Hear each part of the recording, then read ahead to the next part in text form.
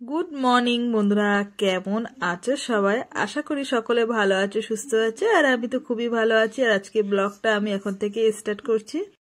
তো ভিডিওটা টাইটেল বা থাম্বনেল দেখে বুঝতে পারছো যে আজকে আমার শেষ ইচ্ছাটা কি, সেটাই আর কি তোমাদেরকে জানাবো। তার আগে তো তোমাদের দাদাকে অবশ্যই আমি বলেছি, ওকে না বলে আর তোমাদেরকে জানাচ্ছি না। তো যাই হোক, ইচ্ছাটা কি অবশ্যই তোমাদেরকে জানাবো। পুরো ভিডিওটা দেখো, তোমরা স্কিপ করে দেখো না, তাহলে তোমরা কিন্তু বুঝতে পারবে না যে আমার শেষ ইচ্ছাটা কি। মানুষ এখন এমন পরিস্থিতিতে আছে যে বোঝা যায় না কে কতদিন বাঁচবে।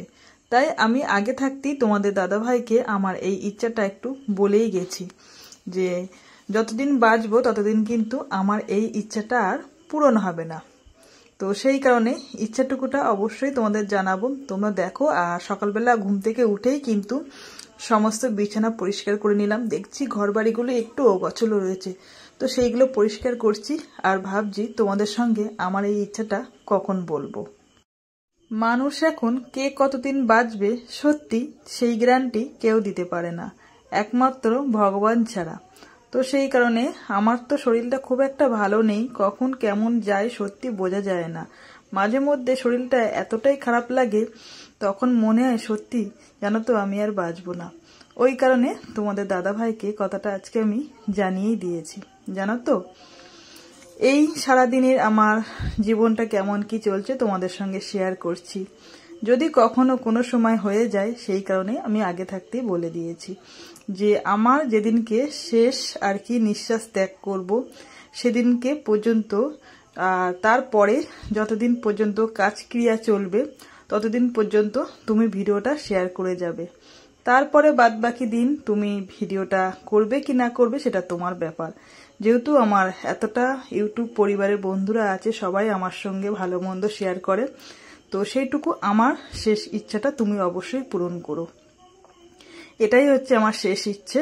যতদিন পর্যন্ত আমার কাজ ক্রিয়া না হবে ততদিন পর্যন্ত তুমি যেন আমার সমস্ত ভিডিও তুমি শেয়ার করবে। আর আমার যত ইউটিউব বন্ধুরা আছে সবাই যেন অবশ্যই আমার ভিডিওগুলো সম্পূর্ণ দেখো।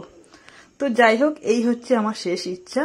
আর বাদ বাকি যতদিন আমি আছি আর কি তোমাদের কাছে, আমি তো ভিডিও অবশ্যই দেব। যতটা আমার শরীর খারাপ থাকুক ভালো থাকুক তোমাদের সঙ্গে সবটুকুই শেয়ার করব। যাই হোক, সকালবেলা পড়ি আজকে স্কুলে যাচ্ছে। কালকে যেটা হাতের কাজ করেছিল তোমাদের সঙ্গে শেয়ার করা হয়নি, আজকে কমপ্লিট দেখালাম। আর পড়ি কিন্তু খুব খুশি, জানো তো, হাতের কাজটা ওর মনও পছন্দ হয়েছে। যাই হোক, ও সকালবেলা টিফিন বানিয়ে দিলাম। এটা হচ্ছে স্কুলের টিফিন। আর সকালবেলা হচ্ছে পদ্মকচু শাক ভাজা আর কি, আর ভাত দিয়েছি। ও একটু ভাজা চচ্চড়িটা বেশি খেতে ভালোবাসে, ঝোলও খায়, সেটা হচ্ছে চিকেন। যাই হোক, সমস্ত কাজ আমার কমপ্লিট হয়ে গেছে, পরীকে স্কুলে পাঠিয়ে দিলাম। তারপরে কিন্তু আমি চলে এসেছি রান্নাঘরে। রান্না এদিকে আমি বসিয়ে দিয়েছি, আর এদিকে কিন্তু বাসনগুলো টপাটপ মেজে নিচ্ছি। আর সকালবেলা ঘুম থেকে উঠেই দেখছি বৃষ্টি। একদমই পছন্দ হয় না যেটা আমার গরম পড়ুক শীত পড়ুক তবু ভালো লাগে, বর্ষা হলে একদমই ভালো লাগে না। আর ঘিচঘিচের মধ্যে, তার মধ্যে এ ঘর ও ঘর, আমার এ ঘর থেকে ওই রান্নাঘর যেতে গেলে ভিজে আমার যেতেই হবে, যেহেতু আমার রান্নাঘরটা একদম দরজা বাইরে থেকে। তো সেই কারণে যাই হোক, আমার কিন্তু বাসন মাজা পুরো কমপ্লিট হয়ে গেছে। তোমাদের সঙ্গে গল্প করছি আর টপ টপ করে আমার কাজগুলো কিন্তু কমপ্লিট হয়ে গেছে।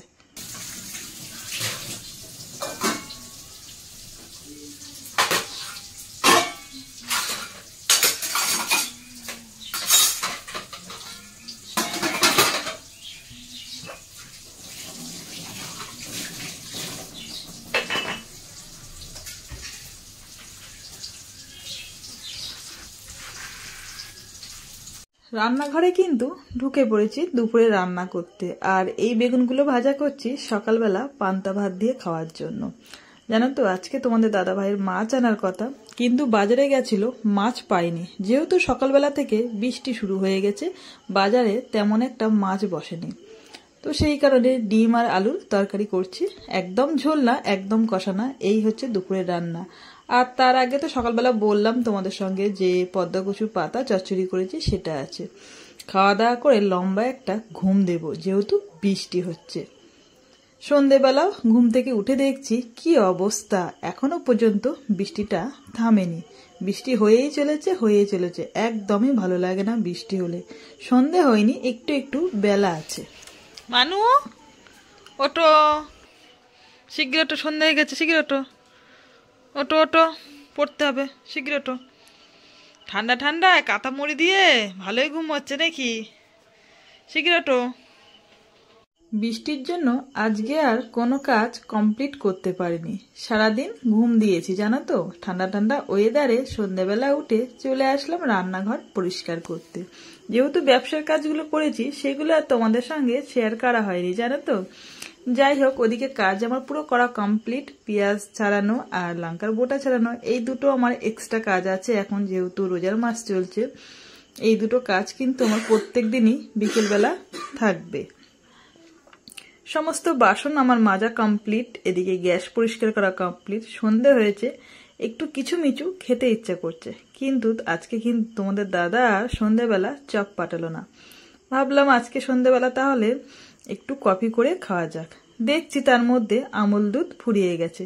গরুর দুধ তো ঘরেই আছে, গরুর দুধ দিয়ে দুজনে 2 কাপ কফি খাবো। তো চলো কফিগুলো বানিয়ে নিই, তারপরে আসছি তোমাদের সঙ্গে গল্প করতে।